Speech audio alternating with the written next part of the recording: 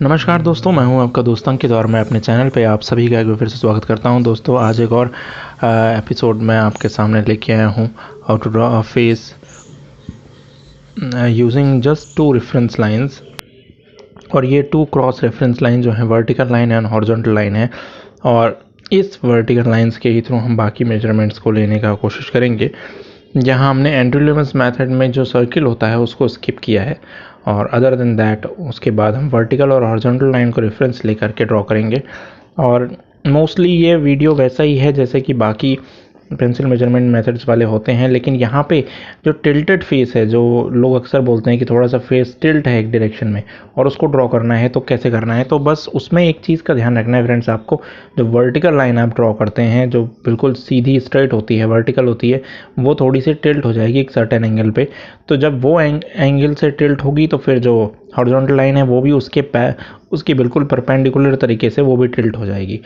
तो दोनों लाइनें एक इंक्लिनेशन पे हैं, यहाँ पे देख सकते हैं आप। और ये दोनों लाइन अगर आपने अच्छे से जज कर लिया ड्राइंग के ऊपर, तो फिर आप उसके बाद फिर फर्दर काम आपका मेजरमेंट्स का रह जाता है, जो कि आप कैसे भी कर सकते हैं। मतलब अगर आप पेंसिल मेजरमेंट यूज़ करते हैं तो वो कर सकते हैं, नहीं तो कोई और तरीका अगर आप यूज़ करना चाहें तो वो भी कर सकते हैं।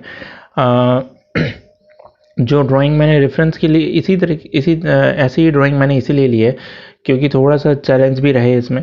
अदरवाइज़ बिल्कुल स्ट्रेट फेस होगा तो वो बहुत कॉमन हो गया है, हम लोग बहुत ड्रॉ कर चुके हैं। तो थोड़ा सा चैलेंज लेने के लिए भी ऐसा किया है मैंने कि थोड़े से डिफरेंट ड्राइंग को लिया है, जिसमें पर्सपेक्टिव वाइज इस फेस का प्रोपोर्शन देखेंगे तो थोड़ा सा चैलेंजिंग है, इट्स नॉट दैट ईजी। और इसमें जो वर्टिकल और हॉरिजॉन्टल लाइन है, जो शिफ्ट है, वो भी समझने वाली ज़रूरत की बात थी, इसलिए मैंने आपको यहाँ समझाया। साइड में जो मैं फ़ोटो दिखा रहा हूँ उससे भी आप समझ सकते हैं, वो भी काफ़ी आपके लिए हेल्पफुल है। और बहुत सारे लोग ये भी बोलते हैं कि खाली फ्री हैंड से सिखाइए, मतलब और कोई मेजरमेंट ना लीजिए और खाली फ्री हैंड से सिखाइए। तो फ्रेंड, बहुत सिंपल सी बात है, खाली फ्री हैंड से मैं सिखाऊंगा कैसे आपको। मैं अगर आपको ये कहूँगा कि मैं ड्रॉ कर रहा हूँ, आप अच्छे से देख के ऑब्जर्व करके ड्रॉ कीजिए, तो आप उसमें क्या सीखेंगे। मैं आपको यही बोलता रहा हूँ अगर लगातार कि बस इसको अच्छे से देखना है, अच्छे से देखना है, ऑब्जर्व करना है, खाली ऑब्जर्व करना है। तो क्या ऑब्जर्व करना है, क्या अच्छे से देखना है, ये चीज़ तो बताया नहीं, तो फिर क्या कैसे सीखोगे आप। तो इसीलिए मैं कोई मेजरमेंट या कोई मेथड आपको बताने की कोशिश करता हूँ जो प्रूवन मेथड्स हैं, वो मेथड्स जो कि अच्छे आर्टिस्ट यूज़ करते हैं। इसलिए ही हम इन रेफरेंसेस को यूज़ करके सीखते हैं आर्ट को। और सबसे बड़ी बात है कि मान लीजिए अगर आप मोबाइल से देख करके केवल फ्री हैंड से ड्रॉ भी कर लेंगे, तो अगर कोई आपके मान लीजिए सामने बैठा है, आप लाइव डेमोन्स्ट्रेशन कर रहे हैं, तो वहाँ पे तो फिर आप उस तरह से नहीं कर सकते कि उसको जूम करके उसको देख पाएँ। वो तो आपके सामने बैठा हुआ है एक सर्टेन डिस्टेंस पे। फिर वहाँ पे आप किस तरीके से ड्रॉ करेंगे और किस तरह से ऑब्जर्व करेंगे। और रही बात पेंसिल से मेजरमेंट लेने की या पेंसिल से ऑब्जर्व करने की, ये एक्चुअली एक प्योरली ऑब्जर्वेशनल मेथड है, जिसमें कि हम पेंसिल को केवल एक एज अ रेफरेंस टूल के तौर पे यूज़ करते हैं, ना कि खाली हम नाप के उसको ट्रांसफ़र करते हैं। बात बहुत सिंपल सी है, मैं आपको थोड़ा सा सिंप्लीफाइड तरह से समझाता हूँ, इसलिए आपको मैं एक एक मेजरमेंट्स दिखाता हूँ। Generally artist don't show these steps, और वो स्किप करते हैं बहुत सारे। मैं भी जब मुझे भी अगर आप ऐसे ही बनाने को बोलोगे कि कुछ बनाओ, तो मैं भी बहुत सारे मेजरमेंट्स को स्किप कर दूंगा, लेकिन आपको यहाँ मैं समझाने के लिए एक एक स्टेप को दिखाने की कोशिश करता हूँ। और मैं नहीं चाहता कि कोई भी मेरा जो जो फॉलो कर रहा है, जो देख रहा है चैनल पे, वो कोई भी स्टेप को स्किप करे। तो इसलिए मैं कोशिश करता हूँ कि एक एक जनरलाइज स्टेप आपको नज़र आए कि कैसे मैंने मेजरमेंट को उठाया। सिंपल करने के लिए आपको मैं बार बार पेंसिल को एज अ रेफरेंस वेपन के तौर पे दिखाता हूँ कि इसके थ्रू आप रेफ़र कर सकते हैं, इसके थ्रू आप दो मेजरमेंट्स को रिलेट कर सकते हैं कि आइज़ से आइज़ की डिस्टेंस कितनी है, आइज़ से नोज़ की डेप्थ कितनी है। इस तरीके से हर चीज़ को आपको रिलेट करना पड़ेगा एक ही पोर्ट्रेट में। और जब आप ये रिलेशन समझ पाएंगे ना किसी भी, क्योंकि हर एक इंडिविजुअल भगवान ने अलग तरीके से बनाया है, तो उस इंडिविजुअल को समझने के लिए आप रिलेट करना ही सबसे अच्छा मेजरमेंट का तरीका है। अब चाहे तो ये आप अपने माइंड में चलाएं, चाहे ये आप अपनी पेंसिल्स के थ्रू चलाएं, बात एक ही है, क्योंकि किया आपने ही है सोलली। और तो उसको आपको जब आप प्रैक्टिस हो जाते हैं इन चीज़ों में, तब फिर आप अपने माइंड में भी चलाना धीरे धीरे शुरू करते हैं कि हाँ, ये जो मेजरमेंट यहाँ से यहाँ की दिख रही है वही नोज़ से वहाँ की भी है, आइज़ की भी है। और ये आने में टाइम लगता है। अगर मैं शुरू में ही बेसिकली आपको एकदम बिगिनर को बताने लगूँगा तो उनको थोड़ा मुश्किल होगा, बट फिर भी एक कोशिश ज़रूर करेंगे आगे चल के कि इस तरह से आपको समझाने की कोशिश करूँ, हाइट टू डेप्थ डिस्टेंस के बारे में समझाऊँ। और ये जो हाइट टू डेप्थ रेशियो है, ये बहुत काम आता है कभी भी हम पोर्ट्रेट्स ड्रॉ करते हैं तो। और ये इसके बारे में मैं आगे चल के आपको बताऊंगा, डेफिनेटली एक वीडियो करूंगा, और तब आप समझ पाएंगे कि कैसे हमें ऑब्ज़र्व करना चाहिए। बस हम अच्छे से ऑब्ज़र्व करते रहें, ऐसे बोलते रहने से तो काम नहीं चलने वाला है फ्रेंड्स। इवन यही जो आप पेंसिल को एज ए रेफरेंस ले रहे हैं, यही आप अपने थंब को भी रेफरेंस ले सकते हैं, आप अपनी फिंगर को भी रेफरेंस ले सकते हैं। बहुत सारे आर्टिस्ट को मैंने देखा है, इवन मैंने भी कई बार ऐसा आपको दिखाया करके कि थंब के ही थ्रू आप रेफरेंस ले रहे हैं।